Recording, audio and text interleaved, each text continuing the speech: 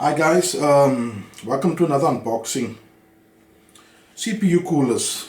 Now, most gamers or most computer builders know water cooling is the latest thing, you know.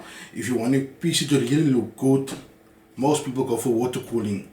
When they're modifying PCs, most people go for water cooling, but it can also be expensive.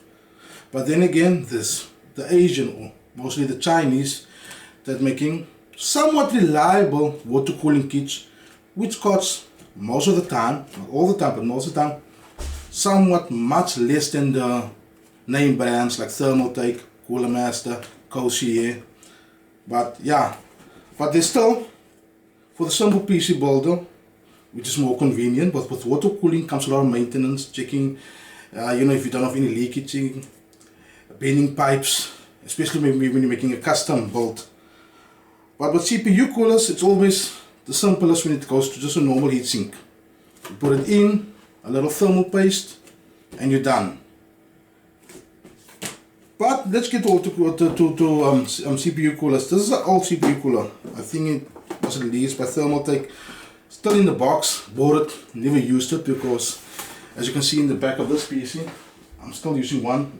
This was from my previous build. This was, like I said, on my previous build, parts that was laying around.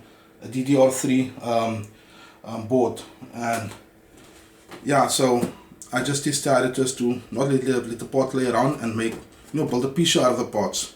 Didn't have to buy much except for new thermal paste. CPU was there, and that's an AMD board. But back to the heatsink coolers. This is Thermaltake now. Thermaltake's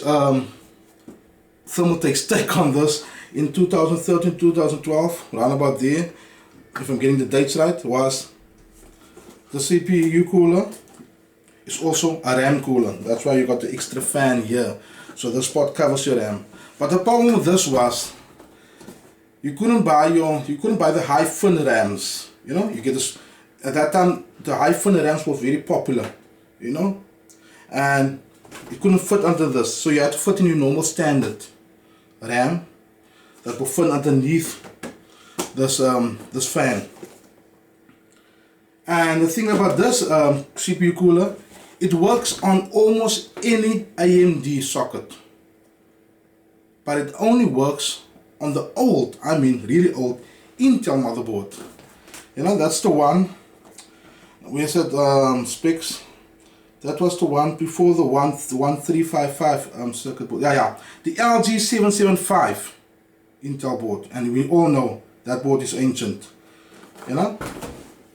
and like I can't remember when the Corsair, not the Corsair, but the Asus Rampage 2 came out. That already had the new layout for the Intel core, so this will never be able to fit on there because of the fittings at the back.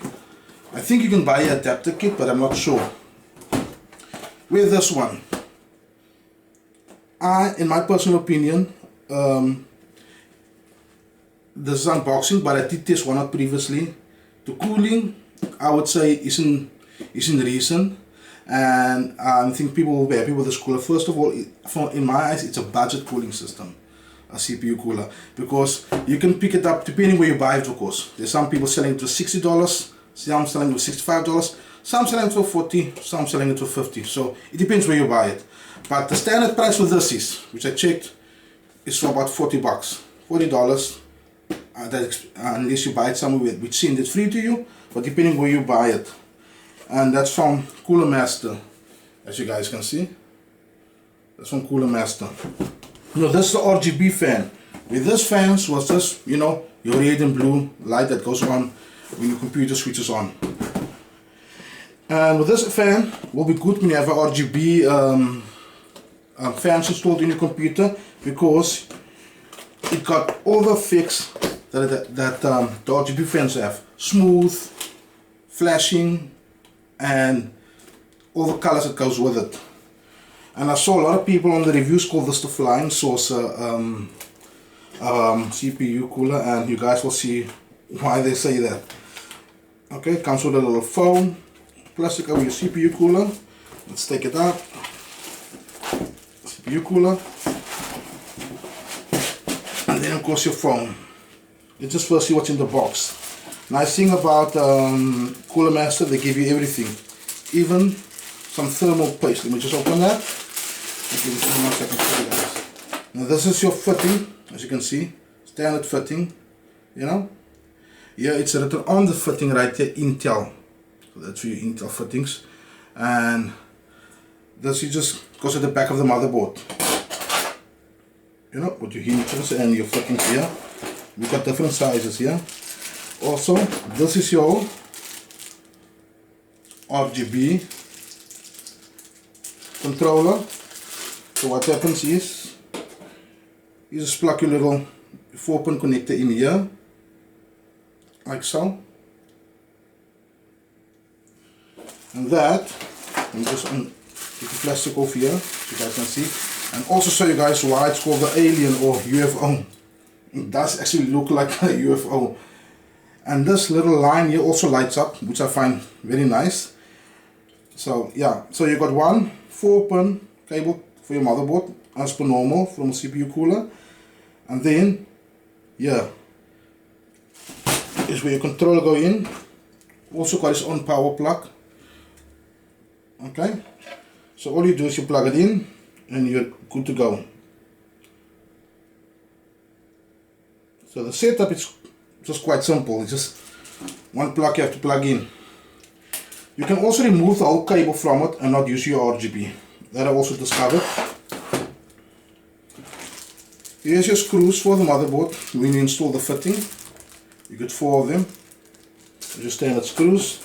Inside the box, what else we have? Yeah, and a little manual with the guarantee.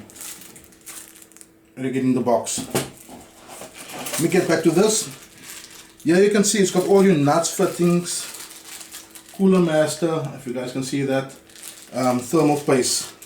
I still have some thermal paste open, which I won't be using it when I do use this, because I think the shelf life on this normal thermal paste is about 3 years if you don't open it, but you have to keep it at a certain temperature also, depending where you store it.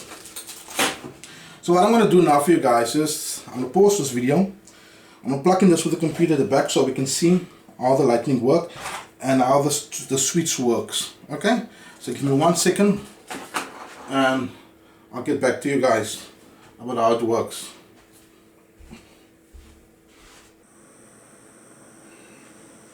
Hi guys, so I'm back. I just plugged it into this computer here and connected it, and I got it on flash mode or smooth mode, what they call it. And here you can see it changing colors from red, green, yellow, blue, and you can see this little circle lightening up. So you put it like this, kind of look like a type of flying saucer.